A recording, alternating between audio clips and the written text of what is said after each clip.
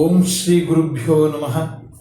ವಸುದೇವಸುತಂ ದೇವಂ ಕಂಸಚಾಣೂರಮರ್ದನಂ ದೇವಕೀ ಪರಮಾನಂದಂ ಕೃಷ್ಣಂ ವಂದೇ ಜಗದ್ಗುರು. ಪರಾತ್ಪರ ಯೂಟ್ಯೂಬ್ ಚಾನಲ್ನ ಎಲ್ಲ ವೀಕ್ಷಕರಿಗೆ ಸ್ವಾಗತ. ಹಿಂದಿನ ವಿಡಿಯೋದಲ್ಲಿ ಶ್ರೀಕೃಷ್ಣ ಅರ್ಜುನನಿಗೆ ಹೇಳಿದ ಈ ಧ್ಯಾನ ಅಥವಾ ಜ್ಞಾನ ಕರ್ಮ ಇವುಗಳನ್ನು ಪಡ್ಕೊಂಡು ನನ್ನನ್ನು ಕಾಣೋದಕ್ಕೆ ಸಾಧ್ಯ ಇಲ್ಲದೇ ಇರತಕ್ಕಂಥವ್ರು ಬೇರೆಯವರನ್ನು ಆಶ್ರಯಿಸಿ ಪಡ್ಕೊಂಡ್ರೂ ಕೂಡ, ಬೇರೆಯವರ ಆಶ್ರಯದಿಂದ ತಿಳ್ಕೊಂಡ್ರೂ ಕೂಡ ಅವರಿಗೂ ಕೂಡ ಮುಕ್ತಿ ಅನ್ನುವಂಥದ್ದಿರುತ್ತೆ. ಜಗತ್ತಿನ ಎಲ್ಲ ರೀತಿಯ ವಸ್ತುಗಳಲ್ಲೂ ಕೂಡ ಕ್ಷೇತ್ರ ಮತ್ತು ಕ್ಷೇತ್ರಜ್ಞರ ಸಂಯೋಗದಿಂದ ಉಂಟಾಗಿರುತ್ತೆ ಪ್ರಪಂಚ. ಎಲ್ಲ ಕ್ರಿಮಿಕೀಟಗಳು, ವಸ್ತುಗಳು, ಪಕ್ಷಿಗಳು, ಗಿಡಮರಗಳು ಎಲ್ಲವುದರಲ್ಲಿಯೂ ಕೂಡ ಚೇತನ ಅಂತಕ್ಕಂಥದ್ದಿರುತ್ತೆ ಅನ್ನುವಂಥ ಮಾಹಿತಿಯನ್ನು ತಿಳಿಸ್ಕೊಟ್ಟಿದ್ದ. ಮತ್ತೆ ಮುಂದುವರೆದು 27 ಮತ್ತು 28ನೇ ಶ್ಲೋಕಗಳಲ್ಲಿ ಏನನ್ನು ಹೇಳ್ತಾನೆ ಭಗವಂತ ಅಂತ ನೋಡೋಣ.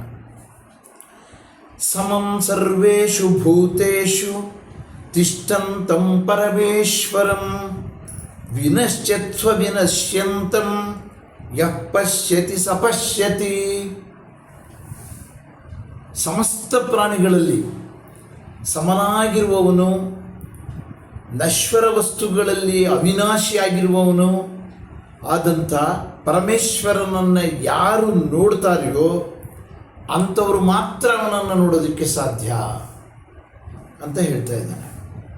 ಅಂದರೆ ಭಗವಂತ ಎಲ್ಲ ಪ್ರಾಣಿಗಳಲ್ಲೂ, ಎಲ್ಲ ವಸ್ತುಗಳಲ್ಲೂ, ಎಲ್ಲ ಜೀವಿಗಳಲ್ಲೂ ಇದ್ದಾನೆ ಅಂತ ಹೇಳಿದರು. ಆದರೆ ಎಲ್ಲ ಕಡೆಯಲ್ಲಿಯೂ ಕೂಡ ಸಮಾನವಾಗಿ ಇರಲ್ಲ ಭಗವಂತ. ಯಾಕೆ ಇರಲ್ಲ ಅಂತಂದರೆ, ಈ ನಶ್ವರವಾಗುವಂಥ ಎಲ್ಲ ವಸ್ತುಗಳಲ್ಲೂ, ಹಾಳಾಗುವಂಥ ಎಲ್ಲ ವಸ್ತುಗಳಲ್ಲಿದ್ದರೂ ಕೂಡ ಮಹಾಜ್ಞಾನಿಗಳಿಗೆ ಮಾತ್ರ ಸ್ಪಷ್ಟವಾಗಿ ಭಗವಂತ ಕಾಣ್ತಾನೆ.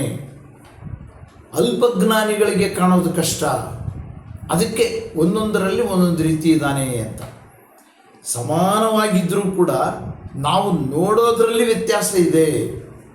ನಾವು ಭಗವಂತನನ್ನು ಕಾಣೋದರಲ್ಲಿ ವ್ಯತ್ಯಾಸ ಇದೆ. ಮಾರ್ಗ ಯಾವುದಾದ್ರೂ ಆಗಲಿ, ಧ್ಯಾನ ಆಗಲಿ, ಜ್ಞಾನ ಆಗಲಿ, ಕರ್ಮ ಆಗಲಿ, ಯಾವುದರಲ್ಲೇ ಆಗಲಿ, ನಾವು ಮಾಡುವಂಥ ಕ್ರಿಯೆಗಳು, ನಾವು ನೋಡುವಂಥ ರೀತಿಯಲ್ಲಿ ಭಗವಂತ ಅಸಮಾನವಾಗಿ ಕಾಣ್ತಾನೆ ಹೊರತು ಎಲ್ಲದರಲ್ಲಿಯೂ ಸಮಾನವಾಗಿರ್ತಾನೆ. ಯಾರು ಅವನನ್ನು ಸರಿಯಾಗಿ ನೋಡೋದಕ್ಕೆ ಸಾಧ್ಯ ಇದೆಯೋ ಅವನಿಗೆ ಮಾತ್ರ ಭಗವಂತ ಸಮಾನವಾಗಿ ಕಾಣ್ತಾನೆ ಅಂತ ಹೇಳ್ತಾ ಇದ್ದಾನೆ. ಮತ್ತೆ ಮುಂದುವರೆದು ಸಮಂ ಪಶ್ಯನ್ ಹಿ ಸರ್ವತ್ರ ಸಮವಸ್ಥಿತಮೀಶ್ವರಂ ನಹಿ ನಸ್ತ್ವಾತ್ಮನಾತ್ಮಾನಂ ತಥೋ ಯಾತಿ ಪರಾಂಗತಿಂ ಅಂತ ಬೇರೆ ಮತ್ತೆ ಹೇಳ್ತಾ ಇದ್ದಾನೆ. ಏನು?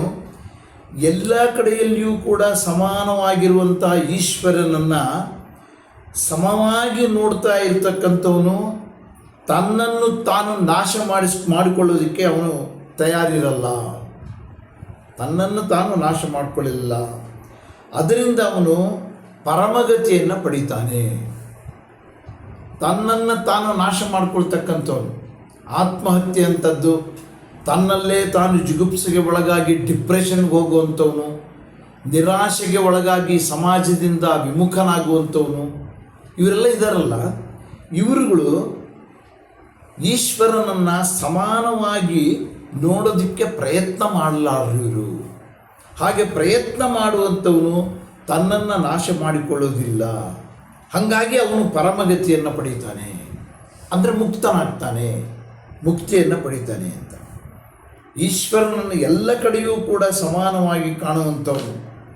ಸಮಾನವಾಗಿ ಕಾಣಬೇಕು ಅಂತಂದರೆ ನಮ್ಮ ಶರೀರ, ನಮ್ಮ ಬುದ್ಧಿ, ನಮ್ಮ ಮನಸ್ಸು ಇವೆಲ್ಲವೂ ಕೂಡ ಇಂದ್ರಿಯಗಳ ಒಂದು ಚಟುವಟಿಕೆಗೆ ಒಳಗಾಗದೆ, ಇಂದ್ರಿಯಗಳ ಬುದ್ಧಿಗೆ ಒಳಗಾಗದೆ, ಅದರ ವಾಸನೆ ಇಲ್ಲದಂತೆ ನೋಡಬೇಕು.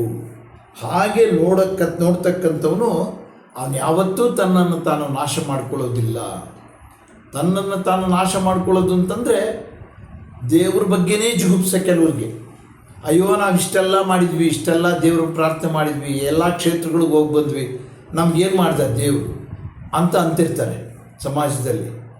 ಅದು ಏನು ವ್ಯತ್ಯಾಸ? ಕ್ಷೇತ್ರಗಳಿಗೆ ಹೋದರು, ದೇವಾಲಯಗಳಿಗೆ ಹೋದರು, ಹೋಮ ಹವನ ಮಾಡಿದರು, ಆದರೆ ಅವನನ್ನು ಹೇಗೆ ಕಾಣಬೇಕೋ, ಯಾವ ರೀತಿಯ ವಾಸನೆಗಳು ಇಲ್ಲದೆ ಭಗವಂತನನ್ನು ಹೇಗೆ ಕಾಣಬೇಕೋ ಹಾಗೆ ಕಾಣೋದರಲ್ಲಿ ವಿಫಲರಾಗಿದ್ದಾರೆ ಅನ್ನುವಂಥ ಅಂಶವನ್ನು ಇಲ್ಲಿ ಭಗವಂತ ಹೇಳ್ತಾ ಇದ್ದಾನೆ.